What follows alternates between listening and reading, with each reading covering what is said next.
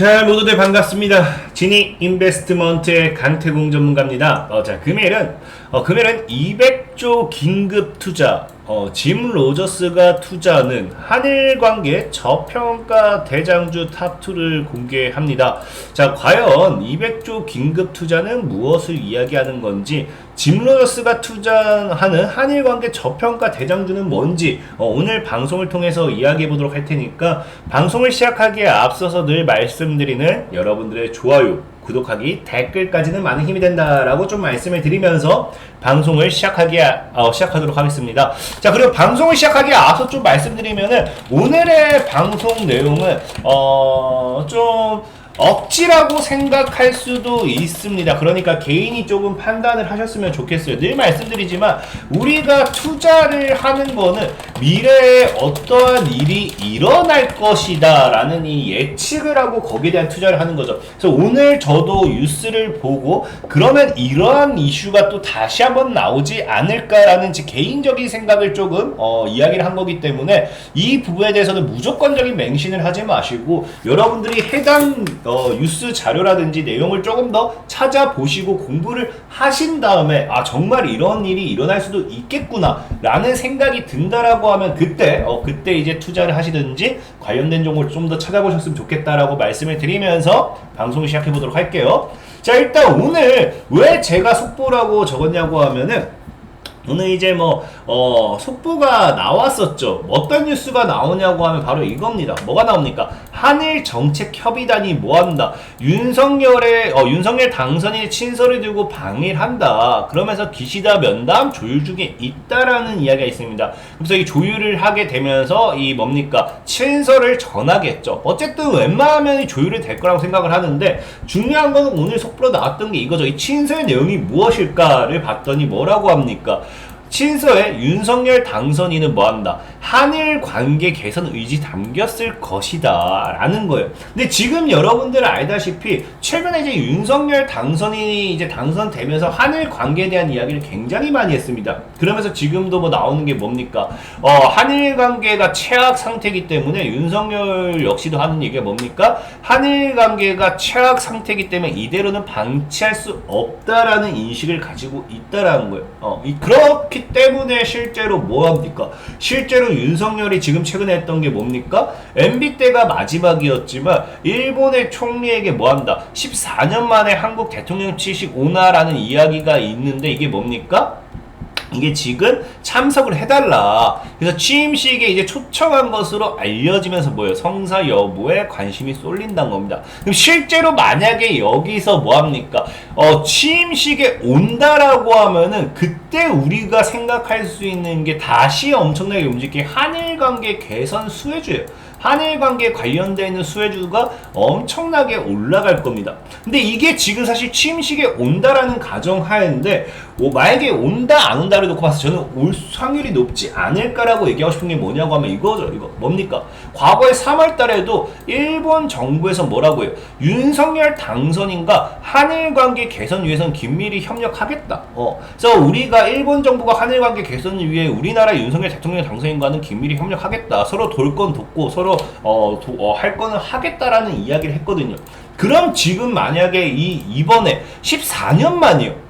MB 때가 마지막으로 14년 만에 만약에 일본 총리가 이 취임식에 온다라고 하면은 어마어마한 이슈거든요. 그렇기 때문에 사실 이것만으로도 뭐 할 수 있다? 한일 관계 개선에 대한 의지가 개선에 대한 엄청난 이 기대감을 가지고 올 수 있다라는 겁니다. 그래서 이번에 좀 생각해보고 싶은 게 뭐냐고 하면은, 과거에 이거 한일 정책 협의단, 이게 지금 비슷한 게 뭐냐고 하면, 과거에 우리가 남북 경협주들이 막 날아가기 시작했을 때, 그때도 뭐합니까? 우리가 특사 파견하고 막 했었잖아.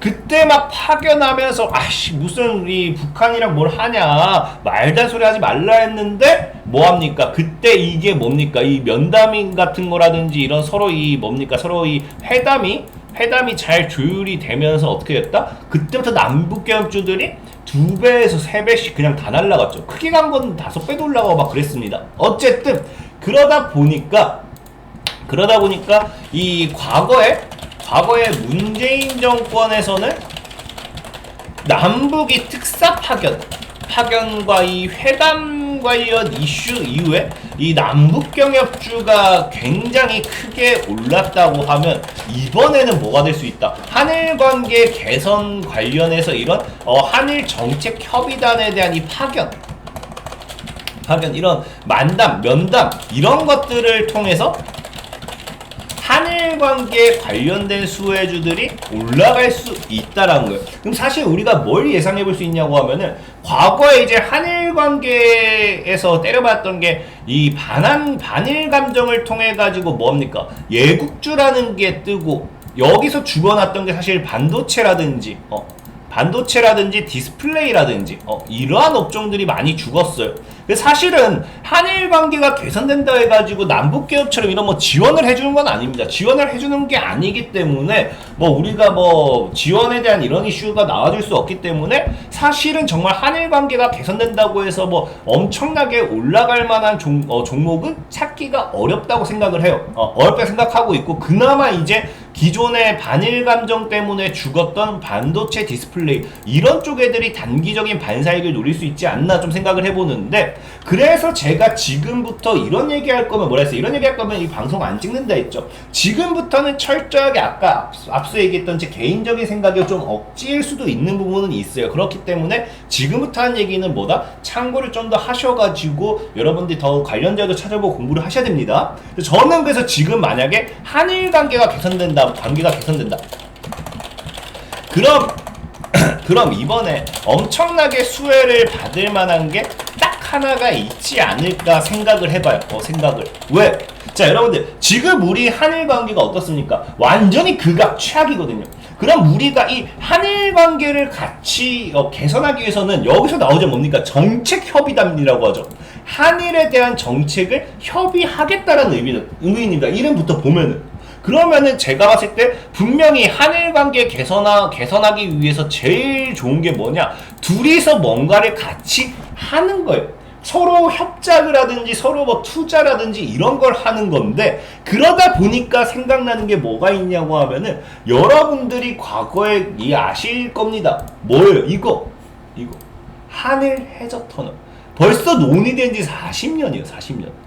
그래서 한일 해저 터널은 지금 40년 동안 각 대통령 그 누구 정권에서도 계속 나왔던 이야기였고 멈추지 않는 꿈. 40년 동안 한일 해저 터널을 뭐 해야 된다 뭐 이런 이야기를 하고 있죠. 근데 타이밍이 참 웃긴 게 뭐냐고 하면 여러분들 과거에 남북경협주도 문재인 정권에서 기름을 부었으면 여기서 부채질을 해가지고 불을 활활 타게 만들었던 게 짐 로저스입니다. 짐 로저스가 이 북한에 투자해야 된다, 북한은 먹을 게 많다 막 하면서 여기다 플러스로 아난티 최대주주였나요? 대주주였나요? 지분 매입하고 막 하면서 뭐예요? 거의 그냥 그 문재인 정권에서 기름을 부어주고 옆에서 그냥 짐 로저스가 막 부채질해가지고 만들었던 게 남북기업이었거든요. 근데 이번에 역시도 해저 터널에도 빠지지 않는 게 누굽니까? 제가 앞에 누가 했어요? 짐 로저스라 했죠. 짐 로저스가 뭐 한다? 짐 로저스가 DMZ 개방되면은 남북 해저 터널을 뭐다? 한일 관계의 세상을 열 것이다. 짐 로저스 역시도 뭐라고 해요? 한일 관계가 개선되려면은 일단 개선되려면 해저 터널을 해야만 된다라고 이야기를 했던 부분도 있고, 실제로 짐 로저스 같은 경우 제가 뭐라고 얘기했습니까? 앞에 투자한다 했죠. 그래서 짐 로저스 회장과 만난 그의 부산 투자 유치 의향을 확인했다. 그래서 의견도 나눴고 긴 시간 나눴지만 여기서 뭐라고요? 여기서 짐 로저스 회장이 특히 어디에 관심 가지고 있다? 한일 해저 터널에 큰 관심을 나타냈다고 했다. 그러면서 북극 항로 뭐 이런 얘기 하지만 어쨌든 해저 터널에 대한 큰 관심을 나타내면서 한일 해저 터널 뚫리면 부산이 바로 유라시아의 중심이 될 수 있다라고 얘기하면서 여기에 대한 투자 의지를 밝힙니다. 그래서 뭐라고요? 여기 보면은 한일 해저 터널은 기본적으로 할 수 있으면 추진해야 된다는 게 입장이며 이를 짐 로저스 회장에게 전달했다. 그래서 한일 터널 연구 뭐 하면서 아까 여기 위에도 나왔는데 제가 어디 빼먹었나봐요. 어쨌든 보면서 이 여기에 대한 투자에 대한 의지를 다시 한번 불태우는. 그럼 실제로 이 뉴스의 제목은 뭐냐고 하면은 부산은 투자할 게 많다라는 내용의 뉴스였습니다. 내용 뉴스. 그러니까 지금 분위기도 뭐야? 지금 분위기도 아이러니하게 이 윤석열 정권에서 이 한일 관계를 개선할 것임을 밝히고 여기서 기름을 부어주면서 또 뭐한다? 또 짐 로저스가 부채질할 준비를 끝냈다라는 겁니다.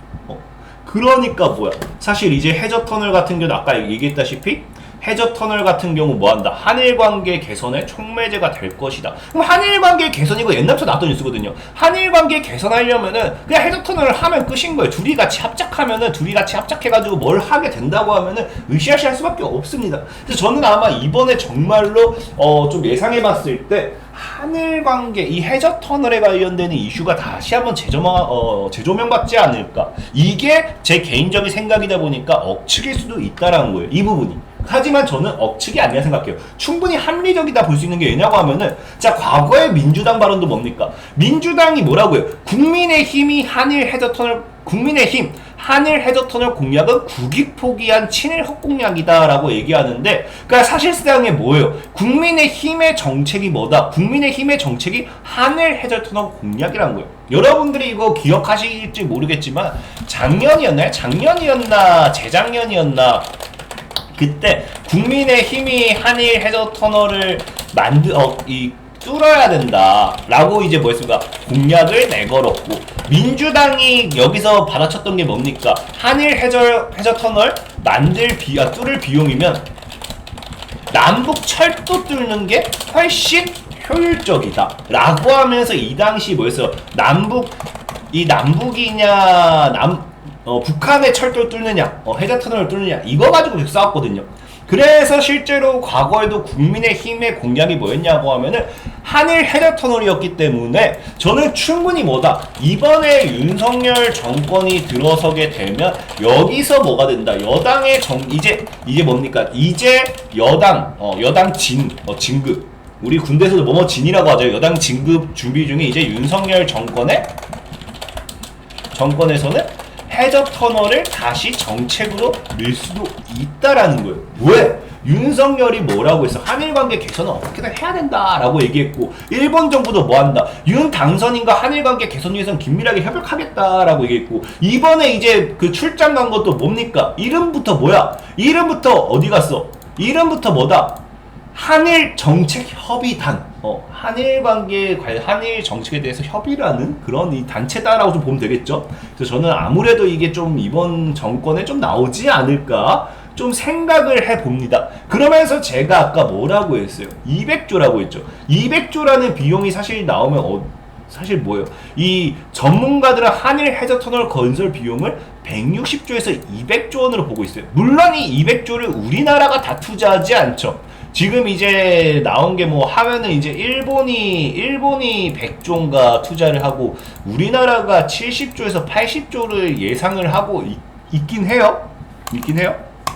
어쨌든 그래서 총 200조에 대한 투자 자금이 들어간다라고 하면은 분명하게 말씀이 뭡니까? 여러분들 우리가 삼성이 200조를 들여서 인수한다 한다 해도 그냥 주가 상가 가는데 200조를 투자한다. 그러면은 해양터널 관련 수혜주는 한일 해저터널 관련 수혜주는 엄청난 이슈가 될 수도 있다. 이번 윤석열 정권에서 이게 다시 이슈가 되면 뭐가 될 수도 있다? 과거 남북경협주의 이 대파동만큼 큰 파동을 가지고 올 수도 있다라는 겁니다.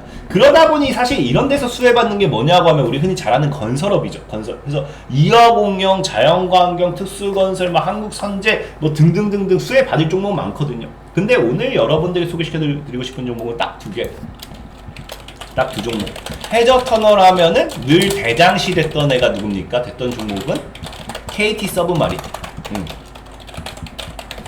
KT 서브마린은 과거에도 거의 2016년도에도 113조, 이 당시에는 113조 원, 이 당시 침매 터널 방식의 경우 이 방식을 한다고 하면 113조 원입니다. 그럼 뭐 세력 123조 원. 그래서 뭐 이 당시에는 이 정도 견적이 나왔는데, 그래서 이때 본격 협의 앞두고 뭐 했다? KT 서브마린이 상승세를 보여줬다라는 겁니다. 차트적으로 봐도 KT 서브마린이 어때요? 차트적으로 봐도 KT 서브마린이 뭐 월봉상 봤을 때 사실 메리트는 없어요. 한 6,000원 들어주면 단기적인 상승파도 나와줄 자리긴 한데, 일봉상 봤을 때는 지금 다시 한번 상방에서 하방 추세 지금 뚫어내면서 상승 탄력 여기서 쭉쭉쭉 뭐합니까? 받아가는 구간대 있기 때문에, 이런 자리에서 받아가는 구간이 있기 때문에 충분히 우상향을 그려볼 수 있지 않을까. 그래서 오늘 첫 번째 이 해저터널 관련되어 있는 수혜주로서는 뭐가 있다? 1. KT 서브마린이 있다. 서브마린이 있다라고 좀 말씀을 드리고 싶고, 자, 두 번째는 뭐냐고 하면, 두 번째는 우리 일신석재라는 종목이 있어요. 이 종목도 2016년도에 이슈가 됐죠. 뭐 때문에? 일신석재, 통일교가 뭐한다? 한일 해저터널 직접 추진한다. 대마도 굴착공사 마무리에 강세다. 그래서 뭐가 됐다? 두 번째는 일신석재다. 일신석재 같은 경우도 보면은 어떻습니까? 일신석재 같은 경우도 차트적으로 보면 지금 오히려 얘는 더 바닥에 있긴 해요. 더 바닥에 있어서 지금 단기적으로 이런 구간이죠. 우리 늘 보면은 뭐합니까? 자, 전고점 돌파 못하고 맞고 터치하고 반등, 맞고 터치하고 반등, 터치하고 반등, 터치하고 여기서 그러면 반등이 나와줘야 될 자리. 그래서 충분히 그려볼 수는 있긴 하지만 아직 하방 추세가 크게 안 끝났어요. 그래서 지금 일신석재 같은 경우 좀 사실은 하방 추세가 크게 안 끝났기 때문에 지금 자리를 지켜내지 못한다면 좀 위험한 자리가 될 수도 있다. 그래서 뭐 이런 식으로 추세선을 그려봤을 때는 사실 얘가 하단 추세 이탈에 들어왔어요. 여기서 이탈이 됐기 때문에 이걸 빠르게 올려내면은 다시 2,000원대 회복한다고 하면 이렇게 타고 갈 수 있겠죠. 그래서 일신석재는 지금 뭐 이렇게 하방으로 모아가실 거 아니면은 2,000원 올라타는 거 보고 안착하는 거 보고 좀 위에서 다시 잡으셔도 괜찮지 않을까, 나쁘지 않을까, 괜찮지 않을까 좀 생각을 해보면서 오늘은 뭐다? 일신석재 KT 서브마린을 소개시켜 드리겠다 라고 말씀을 드리고요. 자, 늘 말씀드리지만 오늘의 방송은 뭡니까? 시황적인 방송입니다. 늘 시황적인 방송은 뭐다? 시황적인 방송은 오늘의 이슈를 통해서, 기사를 통해서 앞으로 급등할 만한, 앞으로 상승할 만한, 앞으로 꾸준하게 성장할 만한 종목을 찾아서 여러분들에게 소개시켜 드리는 게 시황에 대한 방송입니다. 그러다 보니까 단기적으로 빠르게 상승보다는 천천히 우상향을 기대할 수 있어요. 그렇기 때문에 내가 단기적으로 빠르게 수익, 빠르게 차익, 나는 그런 단타 종목이 궁금하다, 빠른 수익을 실현하고 싶다 하신 분들 늘 뭐라 했습니까? 이 어플을 다운받으시라. 지금 구글 플레이어에 진이강태공을 검색하시면은 이렇게 뭐 단기관심 종목, 장투 승부 종목 다 올려드려요. 실제로 공지사항을 들어가시면 저와 함께하는 카카오톡 페이지도 나오고요. 들어가면 4월 14일 같은 경우도 보면 어떻습니까? 윙이푸드를 소개시켜드렸는데 윙이푸드 어땠어요? 자, 4월 14일에 소개시켜드렸기 때문에 제가 이때 소개시켜드린 거고요. 지금 이후에 지금 윙이푸드가 상한가를 기록하면서 35% 정도의 수익률이 나와주고 있습니다. 이런 식으로 단기간에 급상승하는 종목이라든지 아니면 하루에 3%에서 5% 정도의 상승하는 종목을 충분히 단타로서 드리고 있어요. 지금 보면은 4월 21일에 올려드린 게 깨끗한 나라죠. 깨끗한 나라 같은 경우도 얘가 뭐 더 나와줘야겠지만 이때 뭐 꼬리에 잡았으면 한 5% 정도, 아니죠, 한 6% 정도. 그냥 꼬리에 안 잡고 그냥 적당히 잡았어도 한 4.6%까지 시세 나왔기 때문에 뭡니까? 이때 4월 23일에 소개시켜드리고 24일에 하루 만에 뭐였다? 3%에서 5% 수익을 충분히 먹을 수 있었다. 시가가 마이너스였기 때문에 시가에만 잡았어도 충분히 5% 나왔다라고 말씀을 드리면서 3%, 5% 이런 단타, 이런 빠른 매매, 난 좀 단기적으로 급등하는 종목을 원하시는 분들은 어플을 다운받으셔가지고 참고하시면 좋겠다라고 말씀을 드리면서 오늘의 방송을 마무리하도록 하겠습니다. 자, 지금까지 지니 인베스트먼트의 강태웅 전문가였고요. 여러분들의 좋아요와 구독하기와 댓글까지는 늘 많은 힘이 된다라고 말씀을 드리면서 오늘의 방송을 마무리하도록 하겠습니다. 자, 모두들 안녕.